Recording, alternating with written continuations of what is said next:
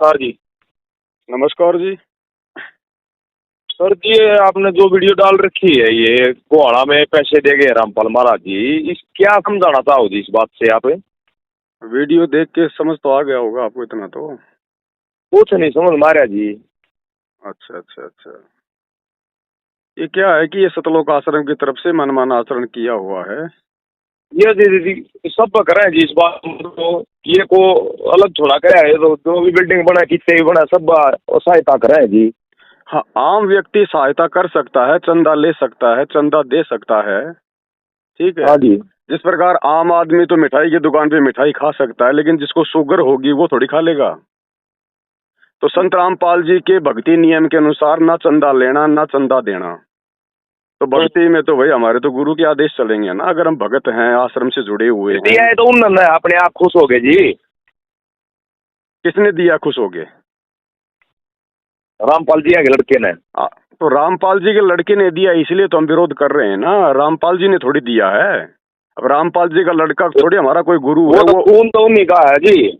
खून से कोई मतलब नहीं होता इस भक्ति मार्ग में। भक्ति मार्ग में आने के बाद फिर वो उसका भगत बन जाता है, चाहे बाप हो चाहे उसका फूफा हो। नाम लेने के बाद फिर वो उसका शिष्य बन जाता है। आप जाटों के बारे में ऐसा बोल रहे हो कि जाट झुक गए, ऐसा हो गया, इनकी पीढ़ी है।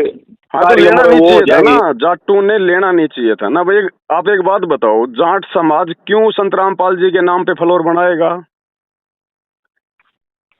भाई जाटों के क्या लगते हैं रामपाल जी? ना जाट मासबा वाले उनके भगत हैं, ना उनकी कोई रिश्तेदारी है। अब आप अपने घर पे आप अपना कोई जो है मकान बना रहे हो और आप कहोगे जी मैं आपके नाम पे जो है चौबारा बनाना चाहता हूँ। क्यों बनाओगे भाई, जब हमारी कोई जान पहचान ही नहीं है? तो कोई भी संस्था बनती है किधर से भी चंदा आ जाता है उसमें, तो मैंने आपको पहले बता दिया ना, संत रामपाल जी के भगत ना चंदा देते ना लेते, उनके नियम में नहीं है। उनका नियम उनके बेटे के द्वारा तोड़ा जा रहा है, इसलिए संगत को समझाने के लिए और जाट समाज को समझाने के लिए। आप जाटों के बारे में क्यों बोल रहे हो? हम तो जाटों के बारे में मैंने बोल क्या दिया? मैं तो ये कह रहा हूँ कि जाट समाज को नहीं लेना चाहिए चंदा भाई। अपने दम पे बनाओ ना। जब 4 फ्लोर बना लिए तो 5वां भी भाई तुम बना लो भाई। तुम्हारे कर्म फूटेंगे ना, कर्म फूटेंगे तुम्हारे, क्योंकि भक्तों का दान है वो। फिर अगले जन्म में फिर उन भक्तों का बैल बनना पड़ेगा, उनकी भैंस बन के चुकाना पड़ेगा। अच्छा जी। ये भक्ति नियम है भाई साहब। अभी आप उनके सत्संग सुनते नहीं, आप लोगों को आध्यात्मिक ज्ञान है नहीं, इसलिए आप लोगों को इन बातों का नहीं पता जी। हम सबको सुनते हैं। तो फिर ये कर्जा नहीं चढ़ रहा क्या भक्तों का? जब गुरु के आदेश के विरुद्ध आप अगर दान दोगे किसी को, तो क्या फिर जाटों के ऊपर भक्तों का कर्जा नहीं चढ़ेगा? और कर्जा भाई यहीं पे चुकाना पड़ेगा। फिर अगले जन्म में फिर क्या करेंगे ये जाट महासभा वाले? ये किसी के बैल बनेंगे। ये तो नाड़ा धाम है अपना। उधर भी तो लोगों ने चंदा दिया, वो तो फिर रामपाल महाराज के ऊपर वो तो उनके भगत है ना, वो तो उनके भगत हैं। और संत रामपाल जी जो है वो अधिकारी गुरु है। वो तो जाट भी तो भगत है भाई साहब। संत रामपाल जी का भगत चाहे कोई जाट हो, चाहे कोई चमार हो, चाहे कोई धाणक हो, संत रामपाल जी की शरण में आने के बाद फिर उसके लिए नियम लागू हो जाता है कि संत रामपाल जी के नियम चलेंगे। फिर वो जाट अपने समाज में चंदा नहीं दे सकता, वो धर्मशाला के लिए नहीं दे सकता, केवल वो अपने गुरु को देगा फिर।